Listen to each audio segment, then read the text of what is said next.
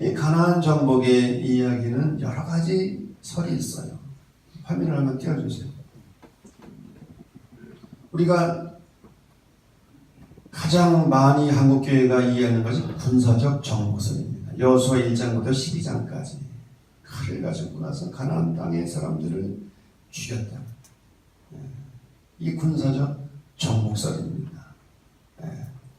존 브라이트 같은 구약 학자도 이 설을 성경이 가장 많이 나오는 이야기니까. 그 다음 군사적 정복설만 있는 것이 아니라 점진적 점점 서서히 조금씩 침투에 들어갔다는 거지. 사사기에 있는 내용이에요. 그래서 여호수아 때 가나안에 침투된 것 시작이 됐지만 언제 완성이 되는가? 다윗 왕 시대에 가나안을 점령하는 것이 완성됐다. 서서히 조금씩 침투에 들어갔다는 점진적 침투설 사사기를 주로 근거하고 있고 여호수아서에도 보면은 그 땅을 다 차지하지 못했다 그런 얘기들이 나와요. 그 다음 세 번째 내부 농민 혁명설이에요. 미국의 구역학자인 고트발트라고 하는 이분은 사회학적 접근을 시도했어요. 가나안 땅에 있는 농민들이 내적으로 폭동을 일으키고 혁명을 일으켰다는 거예요. 이건 사회학적 접근이에요. 그런데 한 가지 약점은 성서적인 근거가 약하다고 하는 거예요. 이 세 가지 설은 세계적으로 지금까지 공인된 근거 있는 그런 학설입니다. 그런데 네 번째 학설이 있습니다. 제 절친 친구 목사인 강인태 목사님이 하비루의 길이라는 책을 썼는데 이 강인태 목사님은 하비루의 길이라는 책에서 하비루 해방 전쟁설을 주장해요. 근데 저는 이 네 가지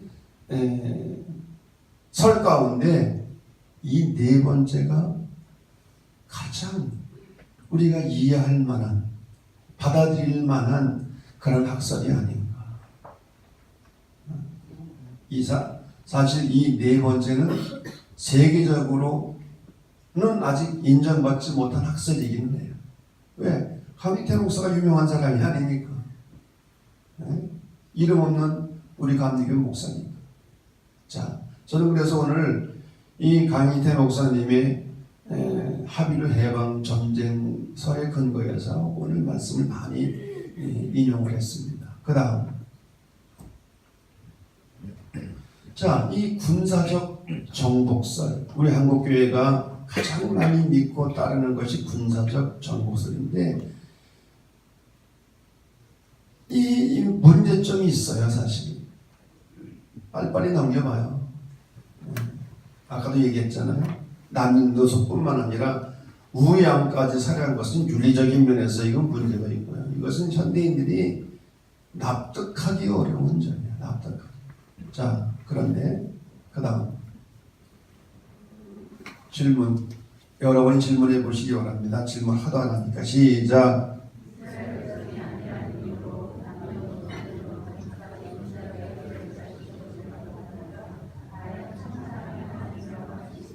사랑의 하나님이라고 말할 수 있겠어요? 두 번째 시작. 그렇게 잔인하고 무자비한 하나님인가? 아무런 죄도 없는 사람까지 다 죽이는. 자, 그럼 이게 뭔 말입니까? 진멸하라고 하는 이 말의 의미가 뭔가? 세 가지입니다. 첫째는 바알 문화를 청산하라. 고대의 우상종교는 지배자를 위한 종교. 소수의 지배자. 수많은 사람들이 그 밑에서 노예 생활을 했어요. 여기에 인권이나 평등, 자유 등의 개념이 설 자리가 없는 거예요. 진멸하라고 할 때에 이 진멸의 대상은 하비루의 법을 반대하는 자들. 하비루의 법이 어떤 법이죠? 신해산계약법. 남녀노소, 빈부의 차이가 없는 평등한 사회를 만들려고 하는 것이 합의의 법인데 우상종교의 지배자들이 이것을 환영할 리가 있어요. 그 당시에는 90%가 넘는 사람들이 하비루들이었어요. 하비루라는 말은 사회적인 용어인데 히브리의 어원입니다. 노예, 천민, 떠돌이. 세상에 그 어디도 기댈 데가 없는 사람들, 보잘것없는 사람들.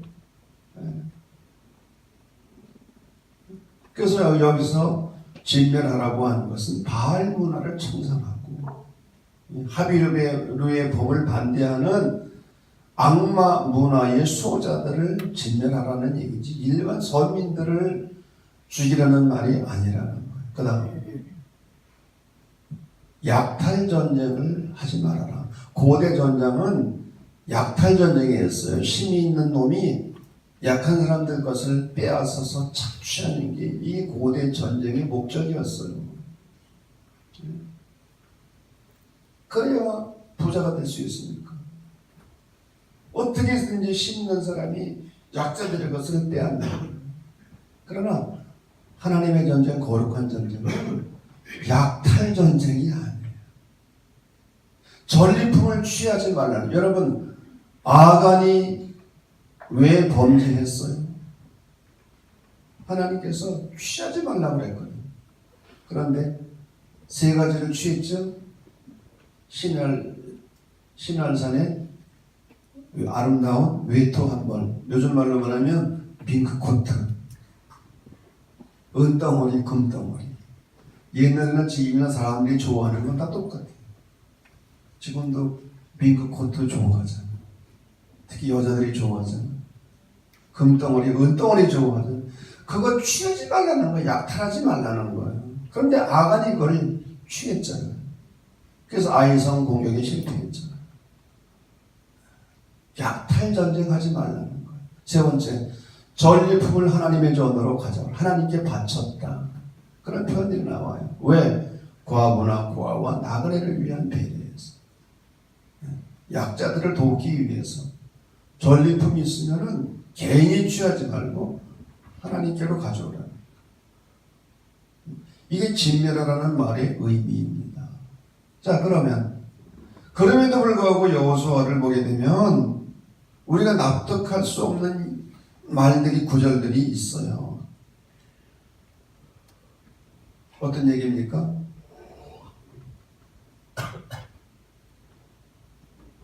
진멸해라. 한 사람도 남기지 말아라. 또 여호수아 11장 11절을 보면 호흡이 있는 자를 다 진멸하라는 표현이 있어요. 하나도 남기지 않아요. 살아있는 자를 다 진멸하라는 거예요.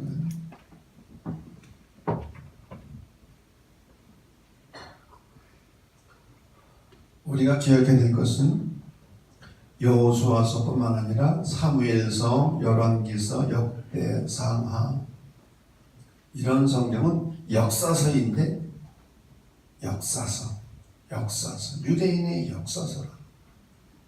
자, 그 다음 보세요. 역사서를 읽을 때에 유념해야 될 사항.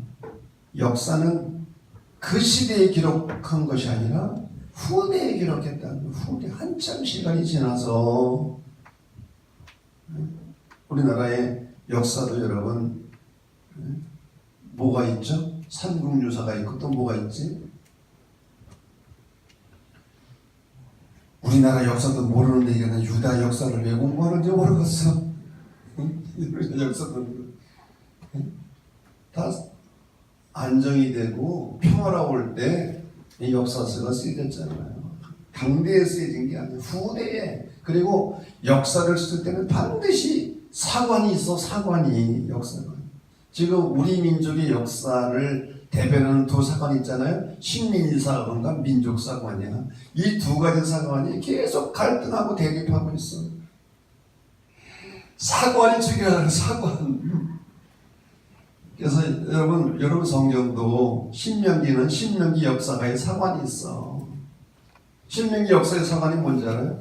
하나님의 말씀에 순종하면 복을 받고 하나님의 말씀에 불순종하면 저주받는다. 그러니 말씀에 순종해. 이게 신명기 역사가의 사관이야. 여호수아서도 그렇고 각 성경마다 사관들이 있어. 사관. 그래서 어떤 의도를 가지고 성경을 쓴 거예요. 우리가 이걸 알아야 돼요. 그래서 우리가 신앙생활하면서 알아야 될 거는 율법서와 역사서를 구분해야 돼요. 율법서.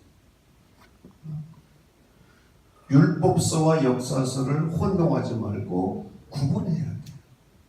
율법서는 역사서가 아니에요. 거기는 사관이 들어있지 않아. 그러나 역사서에는 사관이 들어있어. 저자의 의도가 들어있어.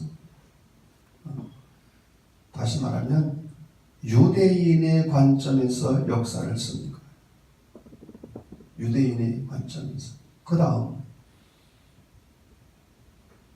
그러면 언제 이러한 성경들이 쓰여지게 됐는가? 바벨론 포로 이후 이스라엘 민족이 생존하기 위해서. 나라가 망했잖아요. 어떻게 하면 살아남을 수 있겠는가? 근데 그들은 선민의식, 우월의식, 배타주의를 가지고 있었어. 이게 잘못된 방향으로 나간 거죠. 그들은 하나님의 선택을 받은 선민임에 틀림이 없지만 선민의식, 우월의식, 배타주의, 이방인들의 구원을 그들은 생각하지 않았어. 하나님은 이방인들을 구원하기 위해서 이스라엘을 선택하셨는데 그들은 이방인들을 지옥의 땔감 정도로 생각하고 이방인들이 구원받는다는 것은 상상을 하지 못했어. 그 성경이 어디에? 요나서. 너 니느웨에 가서 하나님 말씀 외쳐라. 니느웨가 요나가 거부했잖아. 정반대로 다시스로 갔잖아. 왜?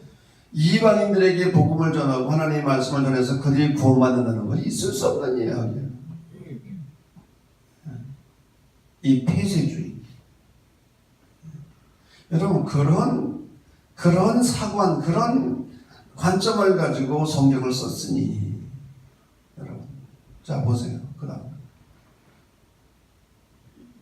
또 호흡이 있는 자는 다 죽여라. 이게 유목민들이 일상적인 표현이라는 상투적인. 예를 들면 우리말에도 너 죽어.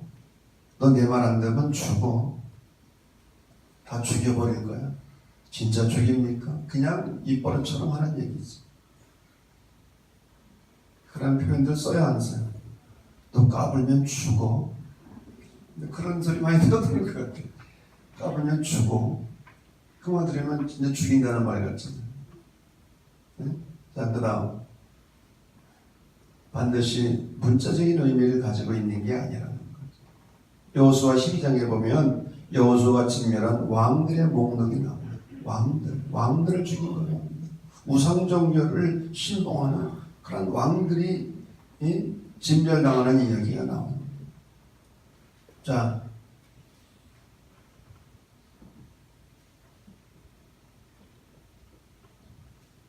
여호수아서에 들어있는 정복에 대한 이미지들은 신구약 성경 전체의 빛에서 재해석되어야 한다.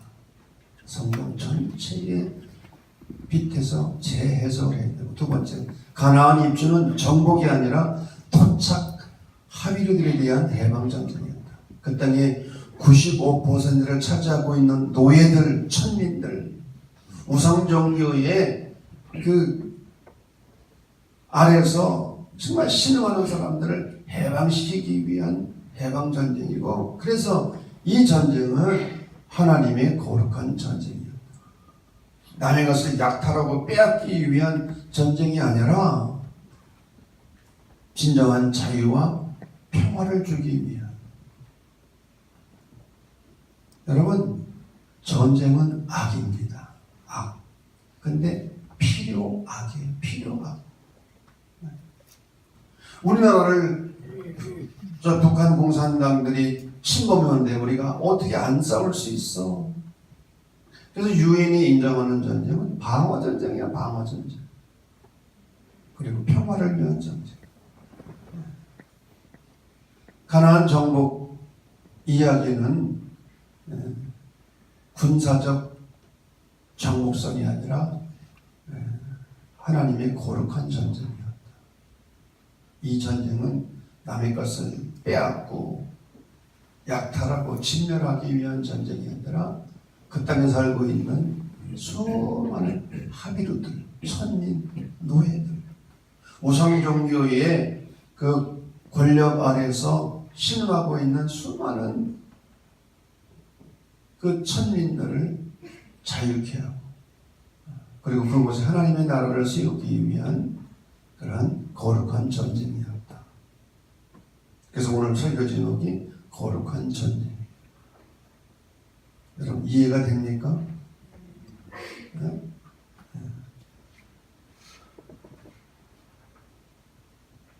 그래서 성경을 읽으면서 난 도대체 이거 이해가 되지 않는다.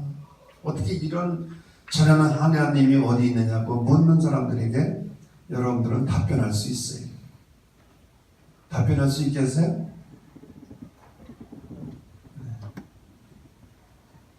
제가 여러분들에게 물어보겠습니다. 답변할 수 있는지. 자, 오늘 말씀을 저희가 다시 한번 생각하는 시간 갖도록 하겠습니다. 복습의 시간을 갖습니다. 하비루의 하나님, 가나안의 하비루들을 해방시키기 위해서 이스라엘을 애굽에서 하비루의 경험을 하게 하시고 남녀노소와 빈부의 격차가 없는 평등한 나라를 만들기 위해 이스라엘을 선교의 도구로 쓰시기를 원하셨습니다. 오늘날 우리들로 하여금 이 땅에 하나님의 나라를 세우는 일에 관심을 두게 하시고 이 일을 위한 주님의 거룩한 도구가 되게 하여 주시옵소서. 영적으로는 하비루의 심정을 가지고 주 앞에 나아가며 주 앞에 설 수 있도록 인도하여 주옵소서. 예수님의 존귀하신 이름으로 기도드리옵나이다.